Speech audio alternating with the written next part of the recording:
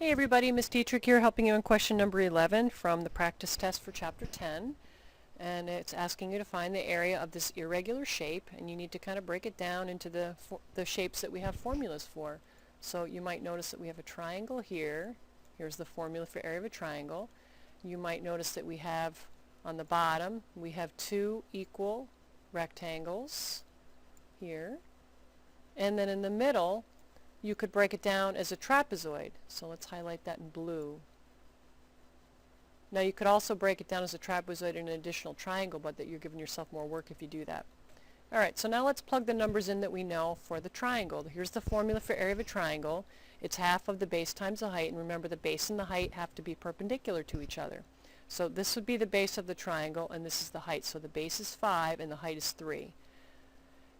Since we don't have any even numbers here, we're not going to take half of any of these numbers. We should just multiply these two numbers together and we would get 15, and then we can take half of that. Now remember, taking half of something is the same as dividing it by 2 or multiplying it by 5/10 if you prefer. So if you do 15 divided by 2 on the calculator, 15 divided by 2 equals, so you get the 7.5. So it's 7.5 square feet for the triangle. Alright, let's deal with these two green rectangles, base times height. We don't have to do any inferring. They give us the dimensions. It's 2 going this way and 4 going this way, so we're basically just doing 4 times 2, which of course is 8, and that would be true for the other one as well. So we have 8 here, and 7 5/10 here. Now let's do the trapezoid. The formula for area of a trapezoid is right here. Half of the sum of the parallel sides, which we call base 1 plus base 2, times the height, which recall has to be perpendicular to the bases. If we plug in some of these numbers, let's talk a little bit about how you would infer this piece down here. Because here's what we know. We know that this piece is 2, and we know that this piece is 2, which means that if we just bring this up like that, 2 and 2 plus 3 would give us the length of this whole line.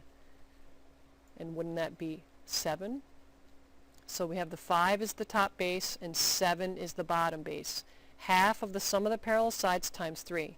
We're going to go ahead and add the parallel sides and get 12. 5 plus 7 is 12. Since we can take half of 12, it's an even number, we'll do that next. Half of 12 is 6, and then we just have to finish that up. 6 times 3 will give us the 18. So the only thing left to do to figure out the area of the entire figure is to take all of the areas that we figured out. So we have this one, this, and this, and add them all up.